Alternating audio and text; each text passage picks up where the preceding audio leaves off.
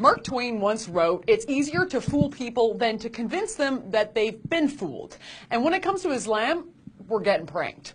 So this Christmas season, online retail giant Amazon was running this ad. It portrays a Muslim imam and a Christian priest meeting for a cup of tea and exchanging holiday gifts. It's a utopian vision of what could be. Oh, if only Islamophobia and, I don't know, the whole host of isms just didn't exist. The ad was making the rounds online as the West was waking up to headlines of murderous jihadist attacks in Berlin and Turkey, while ISIS published its naughty or nice list, including all the U.S. churches they'd like to attack.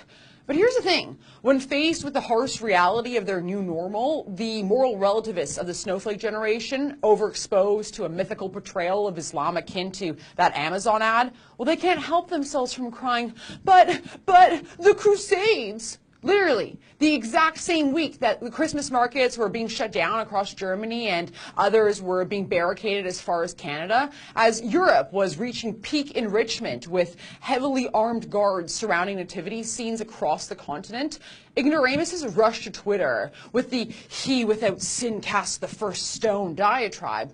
Islamophobic Christians seem to forget that time when they had the Crusades.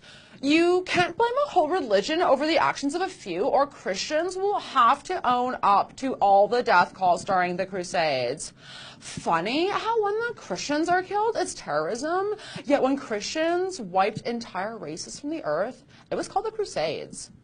Okay, first of all, Islam is not a race. Second, look, I know schools have stopped teaching history in an even remotely objective manner, but here's a fun fact. The Crusades happened because of Islam, because Islam is not a religion of peace. The first crusade began in 1095, but it wasn't because Christians were looking to pick a fight with their neighbors and baptize the whole face of the planet. The first crusade was called only after 4 centuries of Muslim aggression. The first crusade was called 460 years after the first Christian city was overrun by Muslim armies. 457 years after Jerusalem was conquered by Muslims. 453 years after Egypt was taken. 443 years after Italy was plundered. 427 years after Muslims first laid siege to the Christian capital of Constantinople.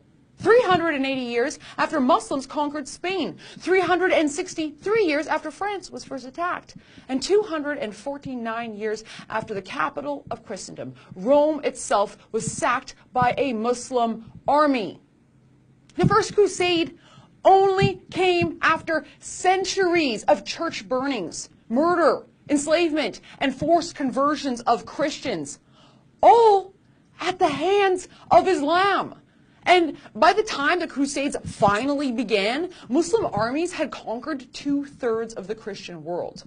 Look, if you want to keep living in your fantasy land where all religions are equal or where Islam is the victim, go ahead. But just so you know, history is repeating itself. Our nations are being invaded by millions of Muslim men of fighting age. This is a holy war, one that Islam started, indeed, one that Islam views as never having stopped in the first place. Islam is not a religion of peace. Its text, its prophet, and an enormous percentage of its adherents are hell-bent on breaking the cross, though they never will. There are 109 verses in the Quran that call Muslims to war with non-believers for the sake of Islamic rule. Some are quite graphic, with commands to chop off the heads and fingers and kill infidels. Their holy book also says that Muslims who do not join the fight are, quote, hypocrites, and are warned that Allah will send those people to hell if they don't join the slaughter. ISIS is losing ground and grip in Mosul, Raqqa, and now Aleppo, and so they're waging war elsewhere. They're waging war in our own backyard. And on certain fronts, well, they're winning. Territories within Berlin, Germany, France, and Britain have become Muslim no-go zones where Sharia law rules the land. And you don't need to look much further than, oh, I don't know, say the entire of North Africa and the Middle East, save Israel, to understand why countries with Judeo-Christian heritage are preferable to live in than those of the Mohammedan persuasion. But hey, if you want to keep blaming the Christians for the Crusades instead of acknowledging the fact that there's a group of murderous Muslims who wish to turn your country into their caliphate, be my guest. For the Rebel.Media, I'm Faith Goldie.